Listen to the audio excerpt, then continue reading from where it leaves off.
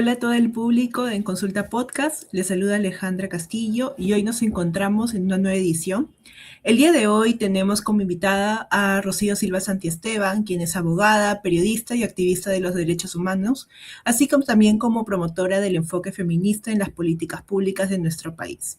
Y le invitamos justamente para analizar el contexto postelectoral en el cual tenemos ya una estructura preliminar del nuevo Parlamento, tanto para la Cámara de Diputados como de Senadores, así como también ya tenemos definido en primera instancia que en segunda vuelta va a pasar Keiko Fujimori, aunque aún se está por ver quién pasa a segunda vuelta con ella, ¿no? No se sabe si está entre López Aliaga, Roberto Sánchez o Jorge Nieto. En ese contexto, invitamos justamente a Rocío para ver su enfoque con respecto a todo este contexto electoral, así como también lo que se viene en este nuevo escenario para los derechos sexuales y reproductivos de las mujeres. Así que ahí vamos con nuestra entrevista.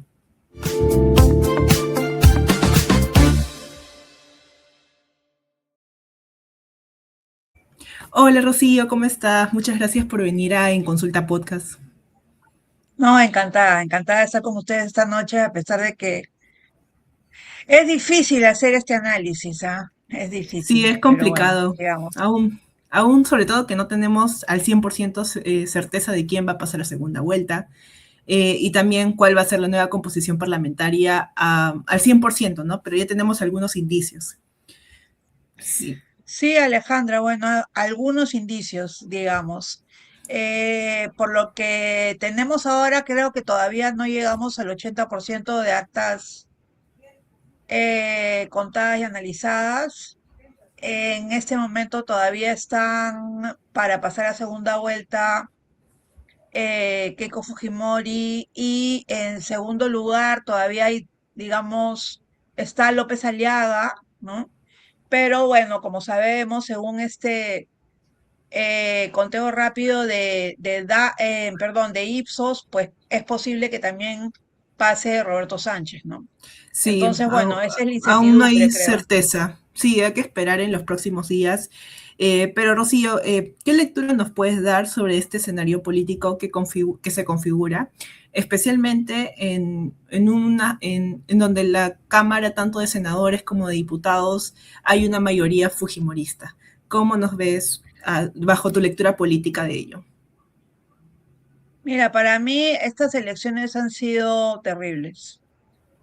Primero ¿En qué que he sentido? sentido en muchos sentidos, ¿no? O sea, en primer lugar, he estado conversando y leyendo comentarios de personas que han estado, de miembros de mesa, y ha sido absolutamente agotadoras, tremendamente agotadoras. O sea, ese, esa sábana que fue la cédula de votación ha sido verdaderamente muy trabajosa para todos los miembros de mesa, que son miles de peruanos que hacen este trabajo, además, obviamente, prácticamente ad honorem, y bueno, y comiendo tres galletitas en casi 20 horas de trabajo. Mucha gente ha viajado incluso de un lado a otro para poder estar a las 7 de la mañana abriendo la mesa, es decir, han estado a las 6 de la mañana en los locales de votación y se han tenido que quedar algunas personas hasta las 2 3 de la mañana porque no han funcionado de acuerdo a lo que se había planificado.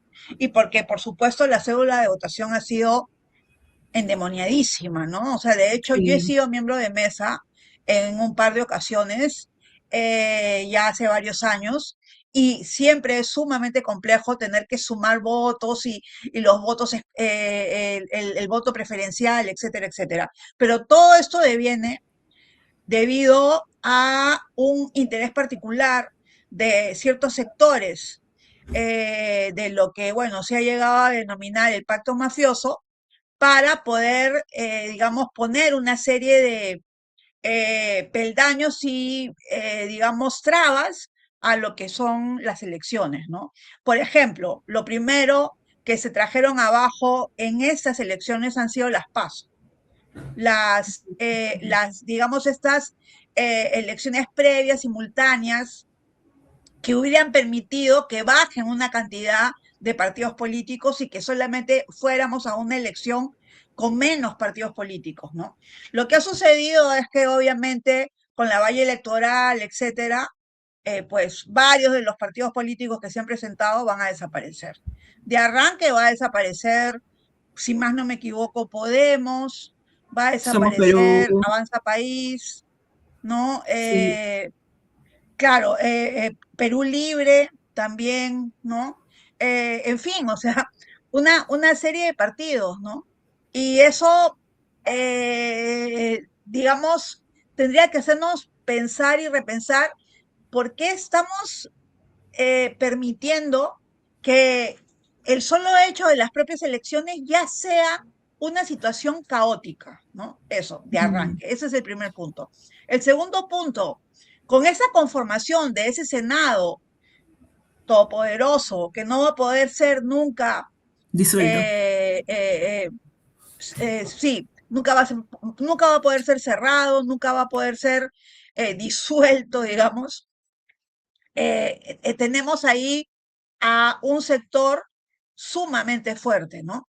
Y quienes han ingresado con fuerza al Senado, según bueno, la información que tenemos hasta ahora, que es de menos actas escrutadas, es mucho menos actas escrutadas, eh, es de todas maneras Fuerza Popular y Renovación Popular, ¿no? Ellos van a tener la gran cantidad de asientos en el Senado, al margen también de Juntos por el Perú, en fin, ¿no? Entonces, ¿cómo va a ser ese Senado, ¿no? ¿Qué, digamos, qué instancias va a tener? ¿De qué manera van a poder trabajar?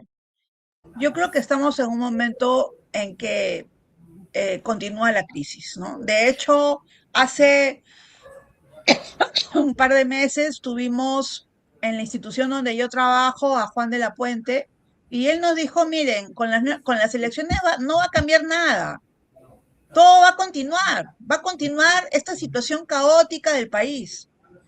Y a mí me pareció bien fuerte porque digamos, esto que comenta, que nos lo comentó Juan de la Puente fue en enero. Y en enero todavía uno estaba como ciertamente Emocionado, esperanzada, a la ¿no? expectativa, ¿no? De ciertas candidaturas, de repente. Exacto.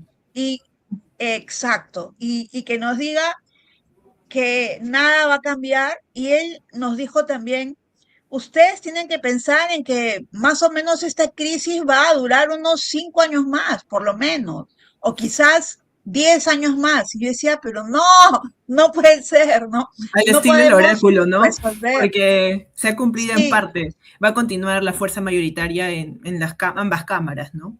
Aún no sabemos qué nos espera en los próximos 5 años, pero se ha consolidado, creo que, fuerza popular en estas cámaras, así como renovación, y que son cámaras exacto. finalmente importantes.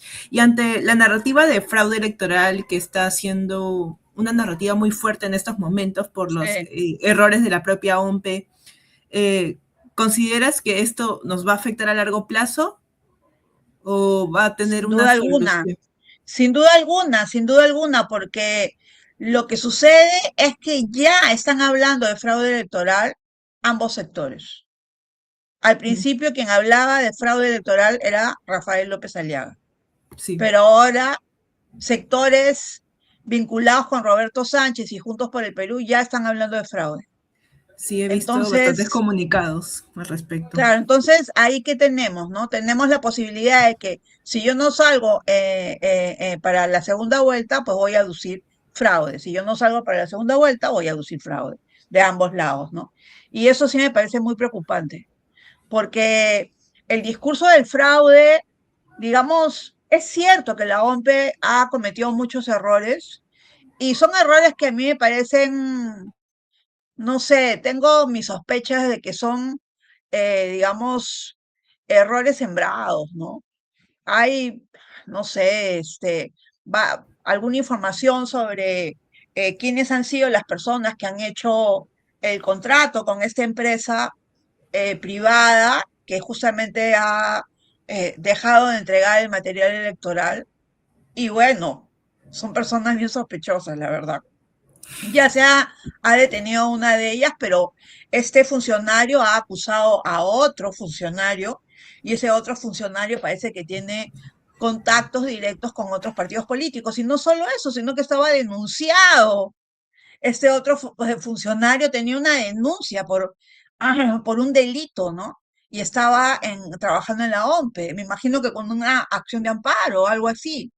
Entonces estamos en una situación muy turbia, que además a nosotros, los ciudadanos en general, nos agota, es muy agotadora, produce una gran cantidad de ansiedad, porque no tenemos una certeza, no tenemos ninguna certeza, y podemos pensar que ganó uno o ganó el otro, ¿no?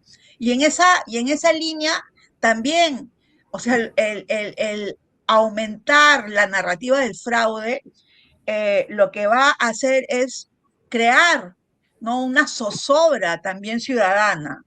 Sí. Pero yo sí creo que también hay intereses políticos determinados debajo de la mesa que, no sé, me da la impresión de que hay un sector que no va a querer que otro sector entre al poder, ¿no?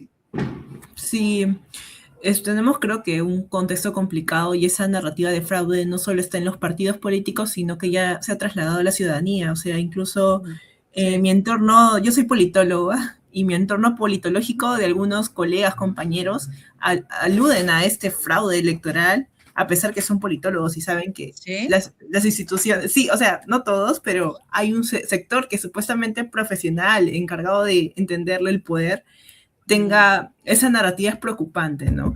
Y en ese contexto, ya entrando un poco en materia desde tu enfoque feminista, estas condiciones que parecen más de retroceso, ¿crees que sea un estancamiento para los derechos sexuales y reproductivos en los próximos años de las mujeres? Totalmente. En ambos escenarios, en Sí, ambos escenarios. Es decir, yo no soy tampoco muy optimista con el escenario, digamos, de que un partido como Juntos por el Perú eh, suba al gobierno, ¿no? En primer lugar, pienso de que hay, sin duda alguna, grandes intereses, especialmente económicos, que realmente se van a ver muy afectados si Juntos por el Perú sube a, al a poder, la al poder presidencia, si ejecutivo. sube al poder. Ujú. Exactamente. Y entonces lo que a mí me parece que eh, podría suceder es que precisamente se creen una serie de, digamos, formas legales o paralegales para que eso no suceda, ¿no? Incluyendo vacancias, etcétera. O sea, vamos a continuar en la misma incertidumbre, ¿no? Y bueno, y si gana cualquiera de los otros dos partidos de ultraderecha, pues lo que van a hacer es consolidar lo que han logrado hasta ese momento. Han logrado quitar el enfoque de género de la ley de igualdad de oportunidades, han logrado quitar la educación sexual integral, han logrado invisibilizar todo lo que tiene que ver con derechos LGTBIQ+, les importa un rábano los derechos de las mujeres y de las niñas, ya lo han demostrado. De hecho, la actual congresista Milagro Jáuregui de Aguayo va a entrar al Senado de todas maneras, o sea, va a Sí, continuar con esa con misma esta perspectiva. situación que ya se había expuesto, ¿no? Entonces, el tema de los derechos de las mujeres, las niñas y las adolescentes y las personas vulnerables a mí me parece que va a continuar en la misma escalada en contra. Y claro, ellos dicen que no, que en realidad ellos están protegiendo, ¿no? Ellos están protegiendo al niño por nacer, ellos están protegiendo a la vida, pero en lo concreto, cuando hemos visto esas fotos de esas niñas ocultándose detrás de sus hijitos para que no les vean la cara, estamos viendo pues cuál es la acción concreta, ¿no? La acción política concreta. Una cosa es la narrativa, lo que te cuentan y te dicen, pero la acción concreta es no. Tú tienes que hacer lo que yo te digo y lo que yo te digo es que tienes que seguir embarazada, aun Rocío, pero cuando en el tú parto mueras, ¿no? Tú perteneces como a movimientos feministas y probablemente tu círculo de colegas profesionales que trabajan contigo forman parte de esto. En los últimos años no han intentado, ¿cómo permitieron que avancen tanto estas narrativas y este discurso en el poder político? O sea, no hicieron algo para poder detenerlos y poder ponerlos en jaque para que no se sigan movilizando, porque van a continuar en lo mismo, ¿no? En los próximos años. Mira, Entonces, lo que sucede es que, bueno, a ver, yo formo parte sin duda de un movimiento feminista, que es un movimiento feminista que cada vez está logrando espacios más potentes especialmente en las regiones, ¿no?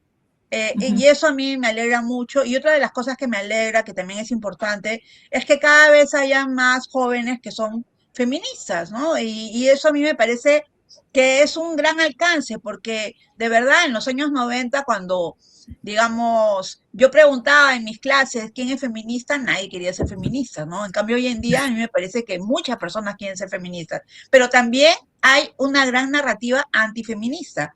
Y no solo antifeminista, sino antigénero. Esta narrativa antigénero que nace en ciertos círculos religiosos de poder en Estados Unidos, especialmente con el famoso libro de Dale O'Reilly que se llama The Gender Agenda, ¿no? La agenda de género, es a partir de estos textos de los años 90, a comienzos del 2000, que comienzan a difundirse en América Latina a partir de, bueno, el papado de Benedicto, sin duda también el trabajo que hizo en el Perú Juan Luis Cipriani y por supuesto las iglesias evangélicas neocatecumenales, ¿no? Que son, que avanzan mucho y lo que sí sucede es que hay mucho dinero en este punto, ¿no? Fíjate, hace pocos días estuve conversando con un amigo economista que no tiene nada que ver con temas de género ni nada por el estilo, pero una de las cosas que me comentó que me dejó muy impactada es que en los últimos 7 años en el Brasil, donde hay una gran penetración del tema de género, se han construido aproximadamente 70 iglesias evangélicas. mm, Perdón, 70.000 iglesias evangélicas. en Brasil. 70.000 iglesias evangélicas. Mm, Esas iglesias pequeñas, chiquititas, pero que todas son igualitas y muchas de diferentes credos, ¿no? De diferentes credos, que pueden ser adventistas, etcétera, pero 70.000. Eso implica miles de millones de dólares. mm. Miles de millones de dólares. Y claro, o sea, un ¿Y cuál es la tema motivación frágil detrás de ese movimiento de tanto dinero? O sea, ¿cuál es el es, fin? bueno, bueno, digamos, un tema fundamental que ya se demostró pues en Estados Unidos hace tiempo es que muchas de las iglesias evangélicas lo que tienen detrás es el negocio. Porque a diferencia de la iglesia católica, que además está en parte financiada por el Estado, ¿no? Eh, en la iglesia evangélica, bueno, yo, o sea, yo me he criado católica, ¿no? Además, yo soy una persona creyente. Eh, pero digamos, la Iglesia Católica te dice deja tu limosna y tú dejas buenamente tu limosna, ¿no? Ahora ya te ponen un código QR para que saques tu yape.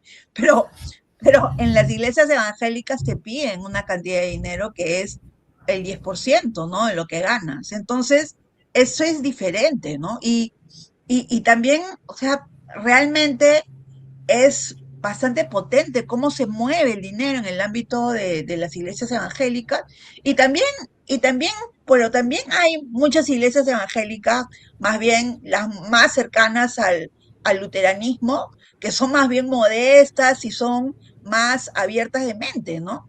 Ujú. Pero bueno, hay un sector de la ultraderecha a nivel global que financia todas estas cosas, ¿no? De hecho, digamos, en Estados Unidos sabemos pues quiénes son los que están detrás de todo este financiamiento, que son el grupo cercano a Trump, los de MAGA, ¿no? Rocío, Y ellos también quieren lanzar esto a todo el mundo, ¿no? Entonces, pero tú me has hecho una pregunta que es, ¿por qué ustedes no hacen nada, no? Entonces, claro, nosotros hacemos, no en la fue la medida que nosotros pregunta, hacemos, pero en otras no, no, palabras, claro. no hacen nada, pero digamos, hecho ustedes, ¿no? Y claro, nosotras resistimos y resistimos y tratamos, pero en verdad lo que creo es que hay un sentido común a nivel global que ha dado un gran giro a la derecha y que es una reacción a los grandes avances del feminismo a nivel global. Es decir, fíjate, Alejandra, hace 50 años la mayoría de los estudiantes universitarios a nivel mundial eran varones, ahora son mujeres. La gran cantidad de mujeres que terminan la universidad sacan su título y estudian una maestría. Los varones usualmente ya no sacan el título, salvo que sea para ejercer como abogados, etcétera, porque O si en no, el no puedes Estado, ¿no? ejercer, Ujú. ¿no? Exacto. O entran al Estado, en fin, o pueden estudiar maestrías también, pero no sacan el título de maestría. Las mujeres que estudian, terminan, cierran, sacan sus títulos y bueno, y al final se van al mercado laboral a ganar menos, ¿no? Entonces, lo que yo percibo es que hay un gran avance de los derechos de nosotras las mujeres. En el Mm. Perú, por supuesto que sí, ha habido un gran avance. Claro que falta mucho. Hay mucho, el analfabetismo es femenino. En el mundo rural, la falta de escuelas es, pero terrible, ¿no? El Y tema de los también cuidados también. el tema de los cuidados, exactamente. ¿Quién es la que cuida? Es usualmente la mujer, ya sea cuidar a los hijos, cuidar a la madre, cuidar al enfermo, cuidar al hermano, al abuelito, en fin. Entonces, digamos, toda esta situación es, pero es una situación que ya se está nombrando. El tema de cuidados, por Dios, se está nombrando, se está diciendo, se está exigiendo al Estado. Queremos una ley de cuidados. Todo eso lo que hace es una reacción también de ciertos sectores, ¿no? Y claro, hay un patriarcado potente a nivel global, pero hablemos de América Latina, o sea, el patriarcado latinoamericano sigue fuerte, potente, totalmente racializado, discriminador, eh, eh, que además se instituye en espacios de poder también de una manera muy potente, sin dejar que las mujeres entren en negociaciones, por ejemplo, en los conflictos ecoterritoriales, pero todo esto finalmente, igual las mujeres entran y participan y no las dejan y se pelean, y todo esto genera como una sensación de que, ¿por qué? ¿Por qué se están saliendo de su lugar?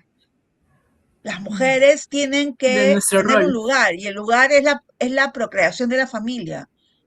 Entonces, eso es lo que yo creo que ha producido esta reacción, especialmente de varones jóvenes, porque si tú te pones a analizar, Alejandra, quiénes son las personas que votan por López Aliaga, bueno, es muy variado, pero son básicamente adultos mayores, adultos, o digamos de 50 años para arriba, o jóvenes varones, jóvenes varones. Mm.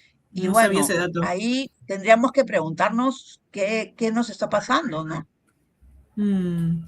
Y para ya considerando todo esto que estamos conversando, ¿cuál va a ser la agenda pendiente de los grupos feministas en base a este escenario? O sea, ¿qué van a hacer? ¿Se han tomado una hoja de ruta o aún no la hay? ¿O qué estrategia van a seguir impulsando para promover leyes a favor de la igualdad, creo que entre mujeres y varones, ¿no? Sí. O sea, Bueno, no. sí, sí, sí, totalmente de acuerdo. Yo, bueno, hemos tenido varios espacios de reflexión, pero bueno, todavía continúan esos espacios. Y yo Ujú, creo que un tema fundamental, importante, es la lucha contra la desigualdad. No es una lucha solo contra la desigualdad de género, es también ujú. una lucha contra la desigualdad de clase, contra la desigualdad territorial, ¿no? Porque los votos de Lima pueden valer más que los votos de Puno o los votos de San Martín, ¿no? Eh, Hay una serie de situaciones de vulnerabilidad, de discriminación, de desigualdad que sufrimos, por supuesto, las mujeres, especialmente las mujeres indígenas, las mujeres no letradas, las mujeres que no han llegado a ir al colegio. O sea, eso también hay que darnos cuenta, o sea, hay que darnos cuenta y nosotras que somos mujeres privilegiadas, quienes estamos conversando acá, porque finalmente hemos podido estudiar, ir a la universidad, mal que bien, como sea, con beca, sin beca, pero hemos podido estudiar, tenemos que tener en consideración que nosotros estamos teniendo esta situación debido también a una serie de desigualdades de parte de un gran grupo de mujeres, que son las mujeres básicamente rurales e indígenas. Ujú. Y ese es un punto fundamental para considerar cuáles son los elementos sobre los que debemos de depositar toda nuestra energía para defender los derechos de las mujeres, ¿no? Entonces, un punto, la desigualdad no es solo de género, la desigualdad no es solo una desigualdad sexual, sino es una desigualdad, hay muchas desigualdades y por supuesto hay mujeres que tienen capas de desigualdad una sobre otra. Eso es un punto. Entonces, ¿qué es lo que debemos de hacer? Segundo punto, pues organizarnos en redes, organizarnos en grupos, pero organizarnos también de una manera más amplia, no solamente con un objetivo vinculado a la desigualdad de las mujeres, sino también ver qué está sucediendo con las mujeres con discapacidad, qué sucede con los hombres con discapacidad, qué sucede también con por ejemplo, los padres de familia que son padres que solteros, padres que tienen que ocuparse de sus hijitos con discapacidad, por ejemplo, ¿no? Y que es una Entonces, realidad, bueno, ¿no? exacto, y el tema de los cuidados, eso es un tema que va a todo esto, no es solamente un tema de mujer, es un tema de todos, ¿no? Y en esa línea yo creo que es lo que debemos de plantear, de ir avanzando, es decir, encontrar poco a poco, digamos, elementos comunes a nuestras agendas, ¿no? O sea, Ujú. de hecho, ¿qué te digo? O sea, las personas con discapacidad visual tienen una agenda concreta, pero ¿cuáles serían los puntos coincidentes con nuestra agenda? ¿Cuáles son los puntos coincidentes entre las personas con discapacidad y las personas LGTBIQ más? O sea, Ujú. yo creo que este es el momento de unirnos, porque hay un sector que ve a las personas LGTBIQ más como personas que no deberían de existir, ¿no? Que las quieren arreglar. Y por otro lado, a las personas con discapacidad visual desde una perspectiva de la misericordia y no desde una perspectiva Ujú. de derechos. Eso es lo que tenemos que pensar y repensar nosotras, digamos, las mujeres feministas. Y más aún todavía, feministas que nos consideramos feministas antirracistas, decoloniales, ¿no? Feministas clasistas también. Bien, Entonces, yo Rocío. creo que eso hay que pensarlo bien y hacer coincidir agendas, ¿no? Creo que lo que rescato es que la importancia de, creo que se llama enfoque interseccional, ¿no? En el cual consideras Sí, varias variables para poder entender un problema público no solo de una sola perspectiva, ¿no? Que es el feminismo propio sí, de igualdad. pero lo que pasa es que a veces cuando hablamos de enfoque interseccional es como decir, ah, bueno, incorporamos pues todo eso lo incorporamos al enfoque X. Y eso Ujú. es invisibilizar, ¿no? Entonces, Mm, yo creo que hay que hablar de, digamos, de puntos de coincidencia en agendas diversas, punto de pero sobre coincidencia. todo creo que tenemos que pensar en la lucha contra la desigualdad en general. Es uno de los grandes Ujú. males de nuestro país y otro de los grandes males que atraviesa las izquierdas, las derechas, arriba y abajo, es la corrupción. Sí. Es la Ya, corrupción, ¿no? Y sí, bueno, esos muchas. son dos puntos que destruyen a las mujeres, la corrupción también. Sería interesante abordar un poquito a profundidad lo que es el tema de la corrupción, pero creo que ya no nos queda mucho tiempo, ya hemos pasado casi 30 minutos conversando, Rocío, quizás para otra edición, porque creo que no se ha profundizado tanto ese punto, pero me quedo bastante de abordar y creo que conversar con las distintas instancias para lograr un consenso, ¿no? Para justamente luchar contra la desigualdad que estamos realmente en un entorno complicado. Yo creo que justamente los de Renovación Popular son una bancada bien dura de hablar de estos temas, bien cerrados. Entonces, se vienen grandes Mm. retos también para el enfoque feminista, para la promoción de los derechos de las mujeres. Y bueno, esperemos que las agendas coincidan con todos los actores. Gracias, Rocío, por venir el día de hoy, por compartirnos tu perspectiva y bueno, ya nos veremos en otra oportunidad para seguir conversando. Ok, muchas gracias por la invitación y bueno, encantada de estar acá. Y lo que sí quisiera es que terminar siempre con algo de esperanza, ¿no? A pesar de que, como Todo se digo, ve el gris. panorama se ve turbio, pero yo creo que hay que reorganizarnos, hay que pensar y hay que acuerparnos, ¿no? Entre las diferentes, digamos, búsquedas de igualdad, de justicia y de reparación para nuestro país. Bien, gracias, Rocío. Nos vemos en una próxima edición y gracias por venir a En Consulta Podcast. Ok, adiós.